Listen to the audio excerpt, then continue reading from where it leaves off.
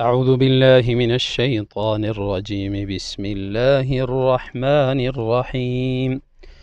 لم يكن الذين كفروا من أهل الكتاب والمشركين منفكين حتى تأتيهم البينة.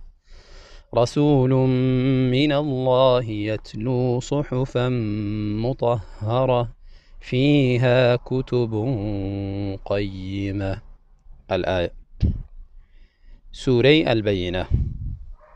در این سوره الله تعالی حالتی مشرکین و اهل کتاب بیان میکنه و حاجتی از اونها را به پیامبر و کتاب منزل و همچنان حالتی از اونها را بعد از آمدن پیامبر و نازل شدن کتاب که آیا ایمان آوردن یا ایمان نیاوردن. و همچنان در سوره امر است به عبادت الله تعالی و اخلاص در عبادت و بجا آوردن اوامر الله تعالی و همچنان ترک تمام ادیان غیر اسلام که بجز اسلام همه دینها دین باطل است و تقسیم مردم به دو گروه، اصحاب خیر و اصحاب شر و مآل و عاقبت هر یک از آنها. بسم الله الرحمن الرحیم. لم يكن الذين كفروا من اهل الكتاب والمشركين. نمی باشند آنانی که کافر شدن، کفر ورزیدن، من اهل الكتاب، از صاحبان کتاب. منی بیانیه، کسانی که کافر شدن اینها کی هستند؟ من اهل الكتاب، از اهل کتاب، والمشرکین، و همچنان از مشرکان. مراد از اهل کتاب یهود و نصارا که یهود برشان کتاب تورات آمده بود و نصارا برشان کتاب انجیل و اینها کتاب خدا تحریف کردن، تغییر و تبدیل در کتاب آوردن و دینشان بعد از آمدن پیامبر و نازل شدن قرآن دیگه دین منسوخ قرار گرفت، دیگه به او دین عمل نمیشه. و اما به اهل کتاب امتیاز پیدا کردن و مسما گردیدن و حکمشان هم نسبت به دیگر کفار فرق میکنه، لکن در تحت کافر داخل هستند. آیت صریح است که اهل کتاب از جمله کفار هستند.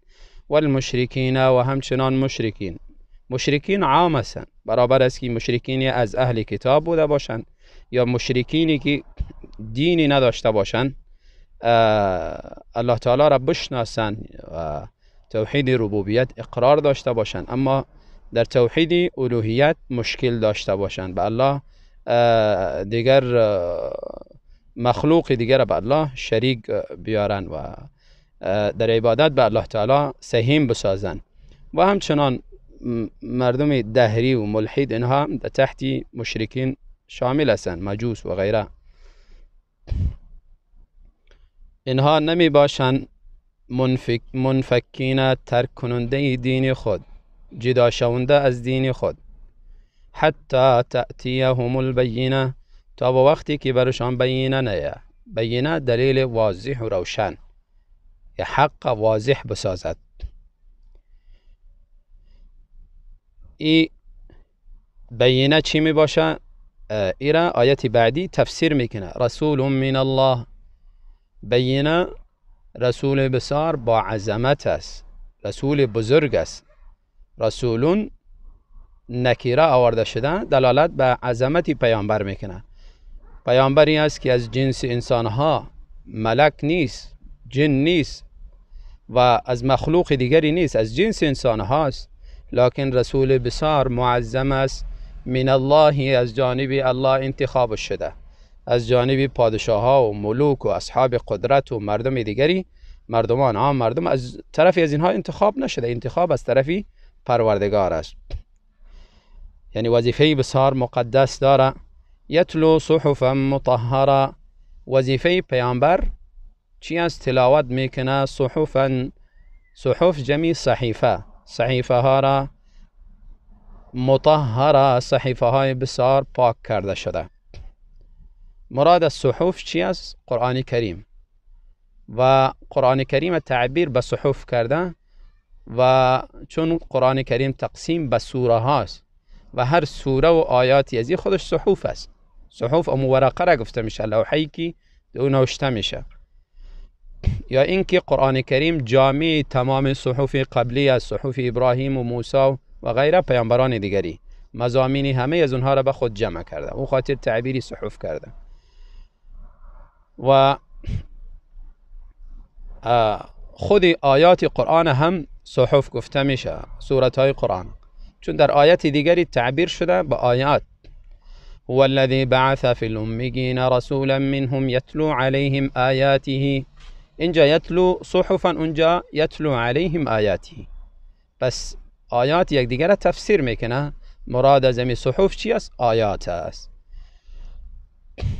یتلو پیامبر خودش تلاوت میکنه و همچنان بالای دیگرها هم تلاوت میکنه. قسمی که در آیات میاد یتلو علیهم.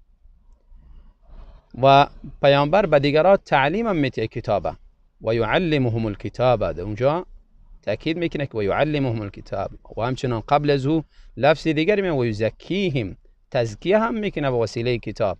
مردم از شرک و کفر و بدعات و خرافات پاک میکنه.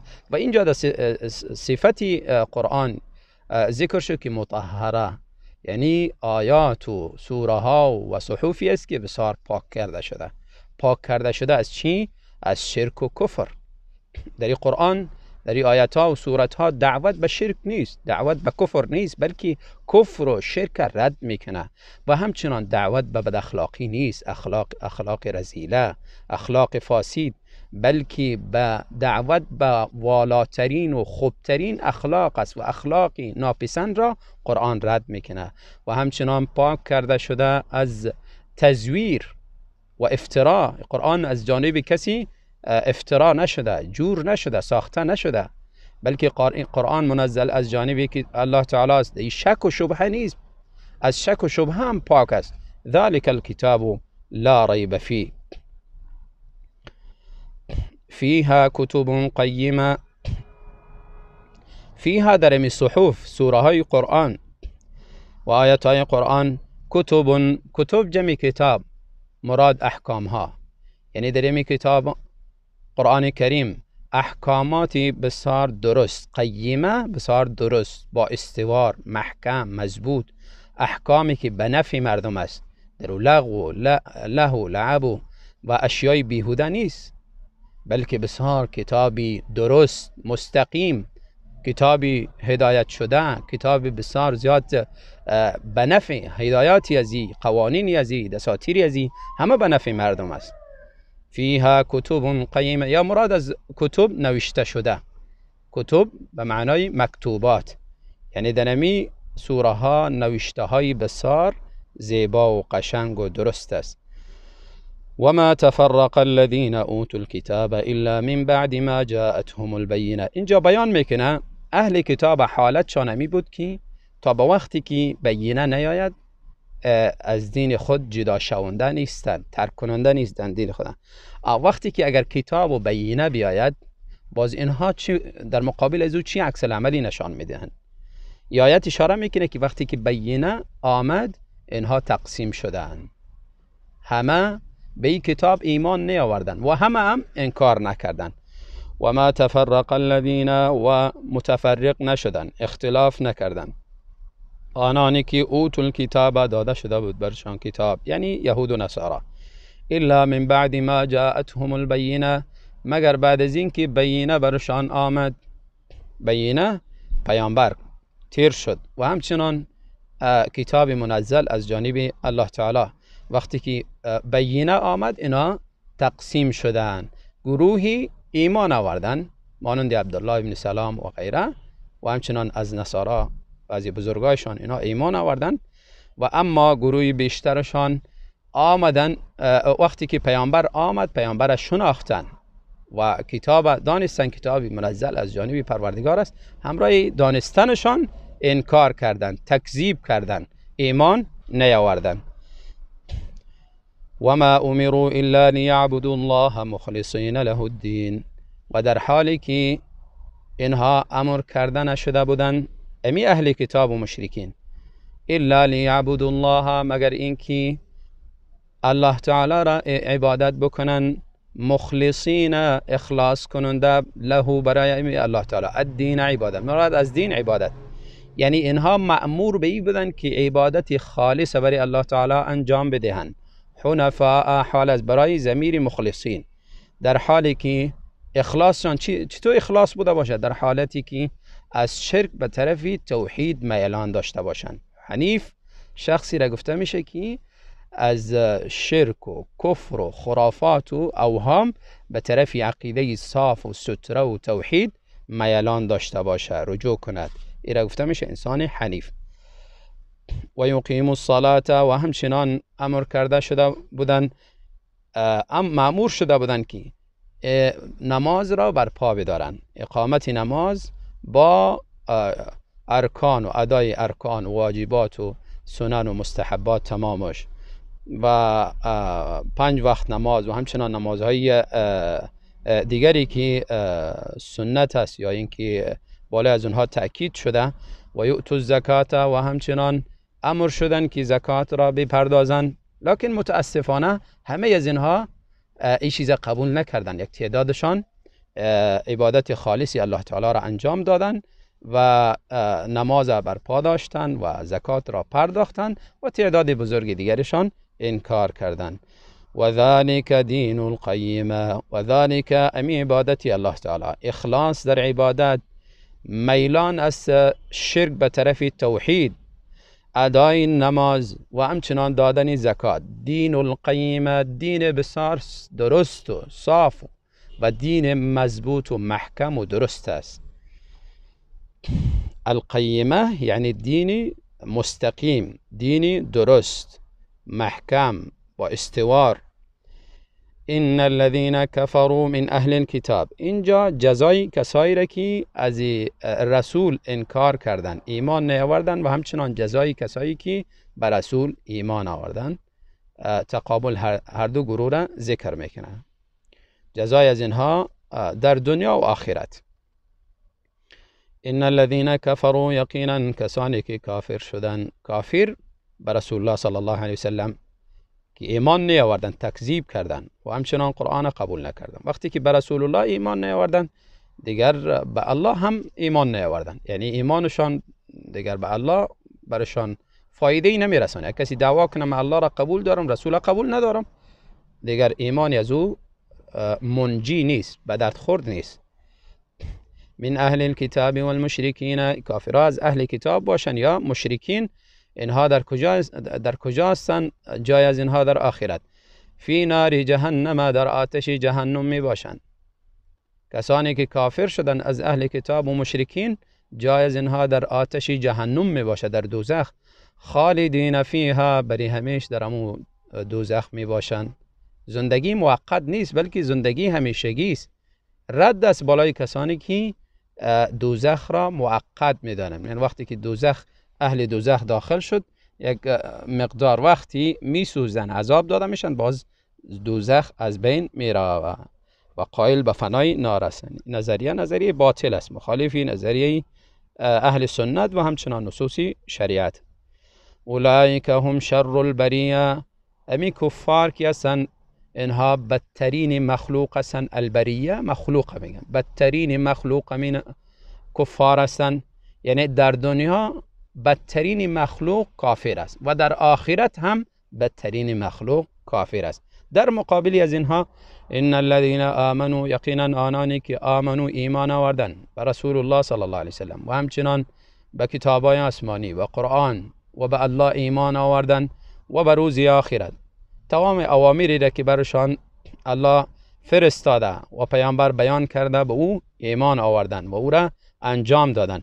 و عمل الصالحات، عمل صالح را انجام دادن. او عمل صالح، عملی که موافق شرع بوده باشه، عملی که در کتاب و سنت بیان شده باشه، ذکر شده باشه. الله تعالی اوامری را که بالای بندگانش امر کرده، پیامبر امر کرده، او را به جا میارن. نواهی، منعیاتی را که منع کردن، از او اجتناب میکنن. نه گفته میشه عمل صالح.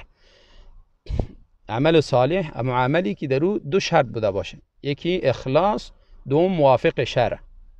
اگر عمل موافق شرع نبوده باشه، موافق گفتار الله و رسول، به هر اندازه‌ای که انسان تلاش کنه او را عمل صالح گفته نمیشه. اگرچه نماز بخوان، اگرچه تلاوت قرآن بکند، اگرچه اعمال بر و نیکو را انجام بدهد. اولئک هم خیر البریه، آنانی که ایمان آوردن، عمل صالح کردن، عمل صالح انجام دادن، اینها بهترین مخلوقی روی زمین هستند. متقابل، یعنی در مقابل کفار، اهل ایمان خوبترین مردم در روی زمین و خوبترین مردم در آخرت هم همینا می باشه. خود جزای از او کفار ذکر کرد که اونا در جهنم برای همیش می باشن. در مقابل از اونها جزای اهل ایمان ذکر میکنه. جزاؤهم بدله از اینها، عوضی از اینها، ثوابی از اینها، پاداشی از اینها عند ربهم، در نزد پروردگارشان، یعنی در روز قیامت. جنات عدن، جنت ها و باغ های عدن همیشگی می باشه. جنت های همیشگی در مقابل آتش جهنم همیشگی، باغ ها و بهشت همیشگی برای اهل ایمان می باشه. جنات اینجا جمع ذکر کرد. در اصل جنت یک جنت است، لکن داخل جنت جاها و مقامها و درجات بسیار زیاد است و اهل ایمان در جنت تقسیم می شوند. قسمی که در سوره نساء ذکر شده، تقسیم مردم من النبیین و الصدیقین و الشهداء و الصالحین، اهل ایمان هم در جنت جاهاشان تقسیم می شود. انبیا در مقام بسیار بلند قرار دارند، باز صدیقین و باز شهدا و باز صالحین. اینها در باغهای جنت هستند. چون مقامی هر یک از اینها فرق میکنه، طبقاتی از مؤمنین، به خاطر جنات هم جمع آورده میشه، در اکثر جاها جمع ذکر میشه. جنات نه همیشه زندگی همیشگی دارند. تجری جاری است من تحتها الانهار، و از زیر امی جنت ها یا از زیر قصرهای امی جنت، حذف مضاف، یعنی من تحت قصورها، از تحت از زیر قصرهای جنت الانهار چی جاری می باشن؟ نهرها. و این نهرها در سوره محمد تفصیلش آمده ذکر شده که 4 نهر می باشه. یکی نهری از آب، نهری از شیر و نهری از شراب و نهری از عسل. و این نهرها مانند نهرهای دنیا رودخانه نداره، بلکه بر روی زمین و خواست انسان هر طرفی که بخواه همون طرف حرکت میکند. خالدین فیها ابدا، بری همیش در همی جنت می باشند. خالدین همیش زندگی میکنن، فیها در همی جنت، ابدا بری همیش، تأکید میکنه که زندگی از اینها دیگر در همی جنت بری همیش می باشد. رضی الله عنهم، الله تعالی راضی شده از اینها.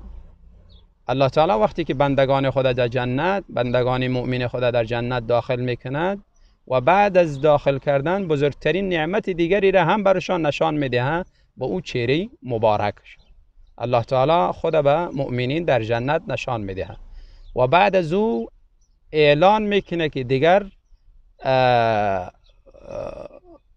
بالای شما هیچ غضبی نمیکنه، رحماتی ما بالای شما نازل میشه، رضامندی و خوشنودی ما بالای شما پایین میشه و بالای شما دیگر هیچ قهر نمیشم، خشمگین نمیشم. و این بزرگترین نعمت پروردگار است، دیدار الله تعالی، رضایت و خوشنودی الله تعالی.